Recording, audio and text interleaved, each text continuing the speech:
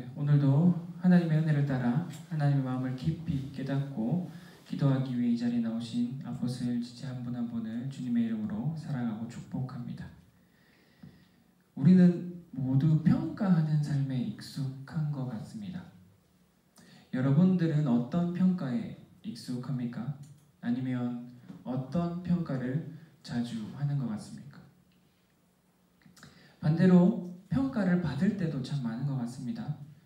어떤 평가에 민감해지는 것 같습니까? 한때 TV 프로그램에 노래나 랩이나 연주나 개그나 게임이나 퍼포먼스나 요리나 꿈꾸는 자들을 평가하는 프로그램이 아주 인기가 많았었습니다. 지금도 여전히 이러한 오디션 및 평가하는 프로그램들이 지속되고 있습니다. 그런데 가만히 생각해보면 평가하는 프로그램이 아니더라도 우리는 무의식 중에 많은 것들을 평가하며 살아갑니다. 심지어 우리가 TV 채널을 돌리는 것도 그 마음에 나름대로 프로그램을 평가하고 판단하는 기준이 있기 때문에 이루어집니다. 평가의 경중에도 어떤 것을 보면 사소한 평가라고 보이는 것도 있고 정말 중요한 평가라고 보이는 것도 있습니다. 여러분에게는 이러한 평가들을 하는 뚜렷한 기준이 있습니까? 평가의 사전적 의미는 어떤 것의 가치나 수준을 평하는 것이다 라고 합니다. 어떤 것을 평할 때 그 기준이 그리고 그 경중이 중요한 이유는 한마디의 평가가 어떤 사람들에게는 목숨과도 같기 때문입니다. 몇몇 오디션 프로그램을 보면 나오는 많은 사람들이 모두 자신의 인생 스토리를 담고 있습니다. 그렇게 꿈을 꾸고 나와서 부른 한 번의 노래가 몇 명 안 되는 심사위원들의 평가에 좌지우지 됩니다. 평가 직전의 긴장감은 평가에 따라 각기 다른 출구로 표출되어 누군가에는 감격의 눈물, 누군가에는 절망의 눈물, 또 어떤 이에게는 이해하지 못할 분노로, 또 어떤 이에게는 넘치는 기쁨으로 표출되기도 합니다. 평가의 한마디는 아주 쉽지만 누군가에게는 그 평가로 귀한 생명을 포기하기도, 평가하는 마음은 정말 주의 깊게 생각해 볼 필요성이 있는 것 같습니다. 혹 한 주간을 살아가면서 아니면 더 오랜 시간을 돌아볼 때 은연중에 마음의 평가가 입으로 흘러나와 누군가를 다치게 한 경험은 없으십니까? 어쩌면 누군가를 다치게 한 것을 모를 수도 있습니다. 상대방이 그 화살 같은 말을 받고 혼자 쓰라리며 삼켰을 수도 있기 때문입니다. 이 시간을 통해 개인의 가치 기준으로 평가를 누구를 실족하게 하지는 않았는지 돌아보고 회개하며 더욱더 하나님의 마음으로 사람을 보는 넓은 마음을 지닌 아포스토일 지체 한 분 한 분 되시기를 주님의 이름으로 소망하고 기도합니다. 오늘 본문을 보면 우리는 계속해서 족보를 살펴보고 있습니다. 오늘 본문까지 하면 족보의 절반까지 거의 가까이 왔습니다. 끈기 있는 사람도 이쯤 읽다 보면 지칠만도 합니다. 그래서 족보를 읽고는 있지만 눈으로만 보고 머리로는 아무 생각이 없을 수도 있습니다. 이때 우리는 생각해야 될 것이 평가라고 저는 생각합니다. 족보는 역사입니다. 그리고 역사가 중요한 이유는 역사에는 의미가 담겨져 있기 때문입니다. 그리고 역사가 의미 있는 이유는 평가를 하기 때문입니다. 우리는 역사를 통해 배웁니다. 역사를 통해 사실을 확인하고 앞으로 나아가야 할 방향을 다시 제시합니다. 성경도 동일하게 그렇게 적용할 수 있습니다. 오늘 본문이 담긴 역대상 이전의 열왕기서는 역사를 통해 이스라엘이 망한 이유를 뚜렷하게 살펴보게 하는 책입니다. 그렇다면 같은 시기를 언급하고 있는 역대기는 이스라엘 백성이 앞으로 어떻게 살아가야 하는지 가이드를 주는 책이라 할 수 있습니다. 이런 차이가 바로 평가의 시선에서 나옵니다. 본문 3장 10절에서 16절을 보면 오늘 읽었던 말씀인데 다윗의 아들 솔로몬 이후로 유다 왕들이 나옵니다. 열왕기서에서는 이 왕들이 어떤 이유로 선하다 평가받고 어떤 이유로 악하다고 하는지 구체적인 평가가 나옵니다. 실제로 하나님의 평가는 6명의 선한 왕, 그리고 비교적 선하다고 하는 2명의 왕과 그리고 나머지 11명은 악한 왕으로 평가 내려졌습니다. 그러나 족보에는 그러한 언급이 하나도 없습니다. 선한 왕이든 악한 왕이든 그들의 이름이 나열됩니다. 그리고 3장 17절에서 24절을 보면 포로가 된 이후에도 계속해서 다윗의 자손들을 나열하며 지속되는 다윗의 자손들을 보여주고 있습니다. 실제로 1장부터 9장까지 이어지는 족보에서 가장 많은 분량을 차지하는 것이 다윗의 자손에 대한 이야기며 가장 자세하게 나열하고 있는 것이 바로 다윗이 속한 유다 지파의 이야기입니다. 다윗의 자녀들을 나열하기 시작 전부터 역대상 2장에는 유다 지파의 족보가 나오기 시작합니다. 그러다가 3장 1절부터 다윗의 자손들을 자세하게 언급하고 그리고 4장에서 계속해서 유다의 자손들을 이어갑니다. 이렇게 다윗의 자손이 많은 분량을 차지하는 이유는 뭐냐면 하나님께서 다윗에게 약속하셨습니다. 다윗의 집을 영원히 보존하시겠다고 약속하셨습니다. 역대하 21장 7절을 보면 여호와께서 다윗의 집을 멸하기를 즐겨하지 아니하셨음은 이전에 다윗과 더불어 언약을 세우시고 또 다윗과 그의 자손에게 항상 등불을 주시겠다고 말씀하셨기 때문입니다. 이것은 하나님께서 언약을 맺으시는 분이라는 것과 다윗과 맺은 언약을 기억하시며 지키신다는 것입니다. 그리고 동시에 다윗의 자손들에게도 늘 동행하시며 지키시는 하나님임을 나타내는 본문입니다. 결국 족보를 통해 드러내는 것은 택함받은 백성을 말하며 하나님의 평가는 어떠한 이유가 있어서 삶의 모습으로 평가하는 것이 아닌 이미 택한 백성들에게 내가 택한 백성이다 라는 평가입니다. 물론 역대기에 나오는 족보에서도 역대기에서 나온 족보에 나온 왕들의 삶도 동일한 평가가 역대기에서 나옵니다. 그러나 그것은 택하신 백성들은 바른 길로 인도하시는 등불의 역할을 말씀하고 있는 것입니다. 여기까지 말씀을 듣고 다시 평가라는 단어를 생각해보면 어쩌면 우리는 자연적으로 평가하면 어떤 행동에 대한 결과에 집착하는 것 같습니다. 그러나 이제 행동에 대한 평가에 집착하지 않기를 바랍니다. 하나님의 평가에 집중하시고 그 다음 태도에 대한 생각을 하시기를 부탁드립니다.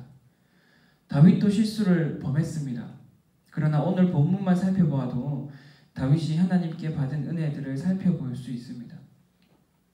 솔로몬을 낳고 난 뒤 자녀의 이름을 살펴보면 바로 알 수 있습니다. 5절에 솔로몬이 나오는데 6절에 보면 엘리사마와 엘리벨렛이 나옵니다.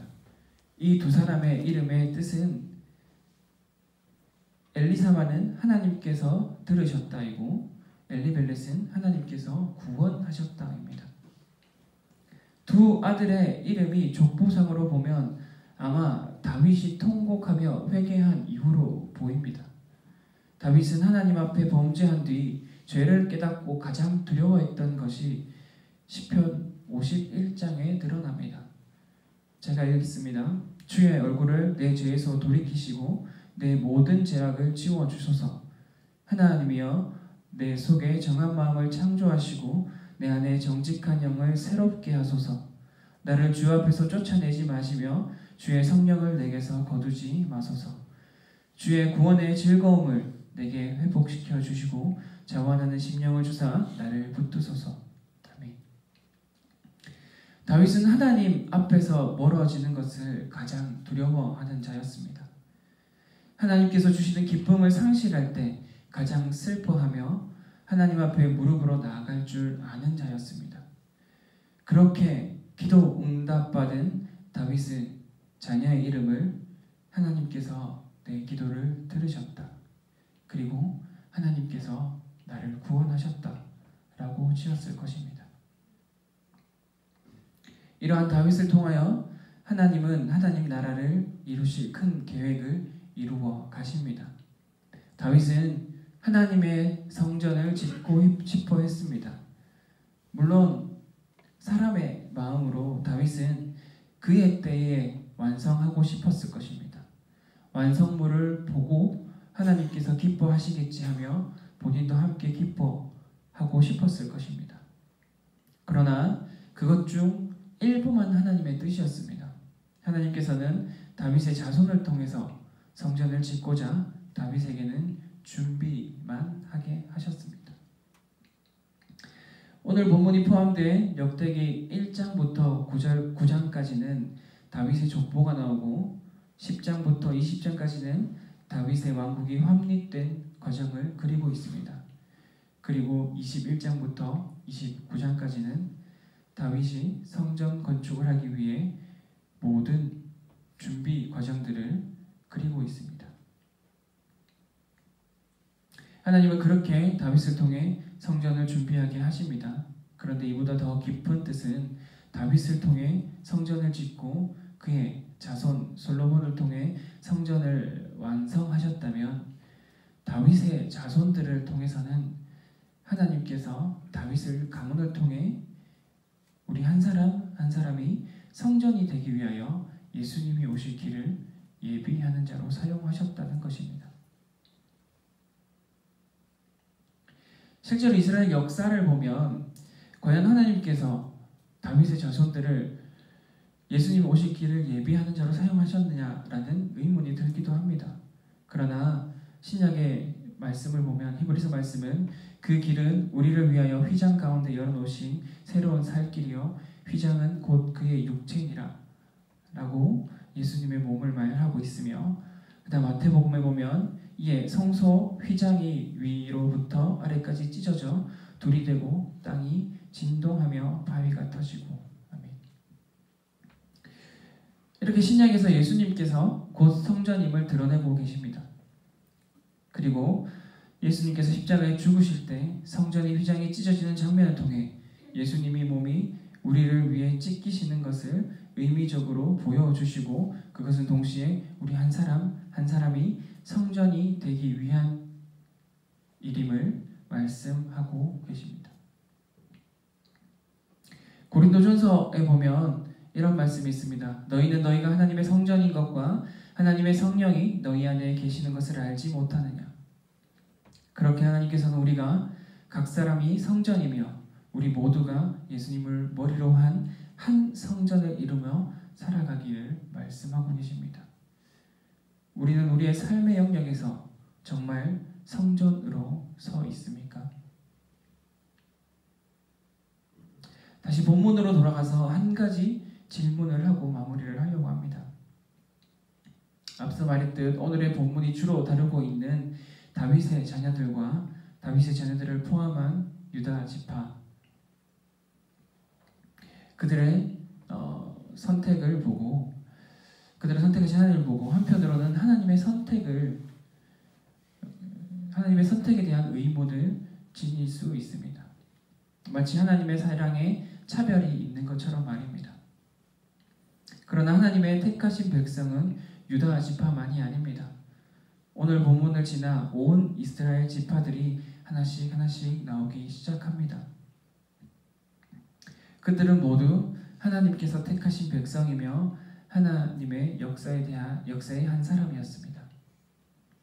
하나님이 택하신 은혜를 누린 자였고 동시에 하나님의 복을 누리며 사는 자였으며 동시에 하나님의 역사에 동참하는 사람이었습니다.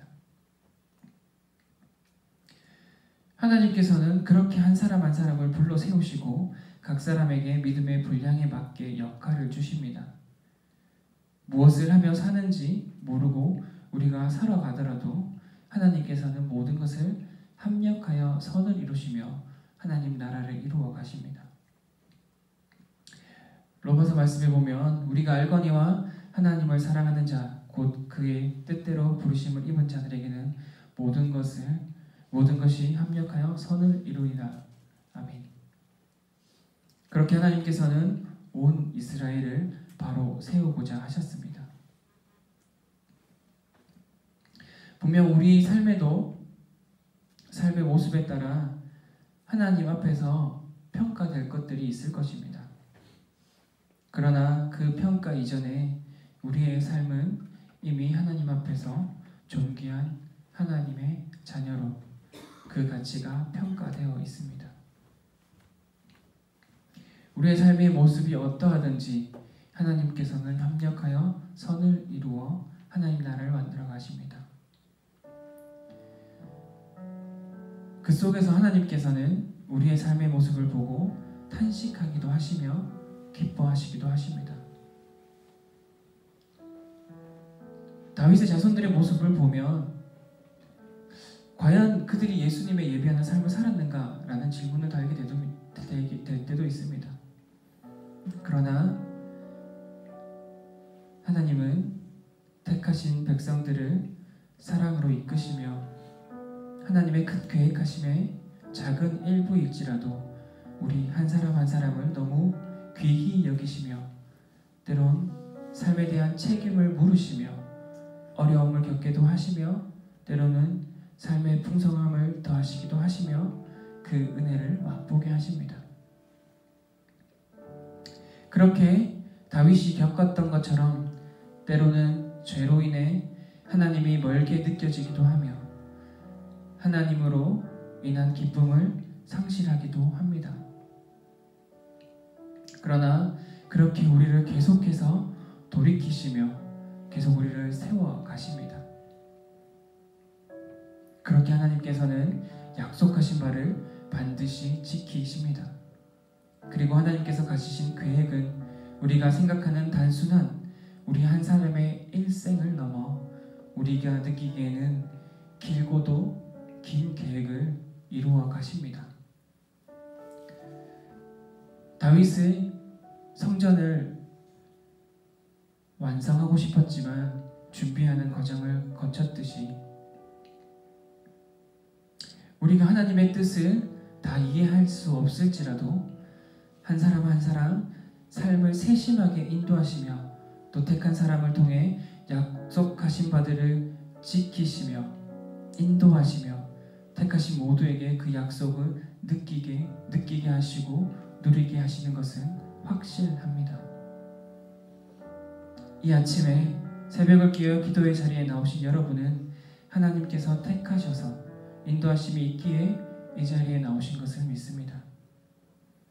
그렇다면 이러한 하나님의 역사, 곧 우리의 역사, 우리의 족보를 살펴보고 자연스레 우리에게 주어진 과제를 생각하지 않을 수 없습니다. 하나님께 택함 받은 이후 우리에게 이미 과제는 떨어졌습니다. 택하신 백성으로 하나님 나라를 이미 이루어 가고 계십니다. 그렇다면 여러분은 앞으로 어떤 삶을 살아가시겠습니까? 선택의 기로에서 어떤 선택들을 하시겠습니까? 우리는 하나님의 은혜로 하나님의 자녀의 가치와 수준으로 이미 평가된 사람들입니다. 그 평가에 걸맞게 하나님의 기쁘신 뜻 가운데서 하나님의 기뻐하시는 걸음들을 걸으시는 아포슬 지체 한 분 한 분 되시기를 주님의 이름으로 소망하며 축복합니다. 이 시간 함께 기도하겠습니다. 우리는 하나님의 자녀, 그분의 형상, 그분의 모양, 그분의 가치와 그분의 수준으로 이 땅을 살아갈 능력을 지니고 살아갑니다. 어쩌면 다윗처럼 하나님 앞에 멀어지는 것을 의식하지 못하고 하나님과 함께 기뻐하는 것을 잊고 살아가기에 그 가치와 그 수준을 상실한 것처럼 스스로의 가치를 떨어뜨리고 낮은 자존감으로 혹은 약점을 감추고자 헛된 자존심만 세우고 있는지도 모릅니다. 이 시간 기도할 때 하나님 아버지, 하나님께서 창조하신 그분의 형상, 그분의 모양, 그분의 가치, 그분의 수준을 회복하는 시간이 되게 하여 주시옵소서. 그래 하나님 아버지, 이 땅을 살아가며 어떤 모습으로 살아가야 되는지 기억하며 되새기는 시간이 되게 하여 주시옵소서. 하나님 아버지, 나의 모습을 다시 한번 돌아보며 정말 다윗과 같이 처절하게 주님 앞에 회개하며 진정으로 주님 앞에 나아갈 수 있도록 이제 우리들의 마음을 붙잡아 주시옵소서라고 시작 기도하며 나가길 소망합니다. 기도하시겠습니다.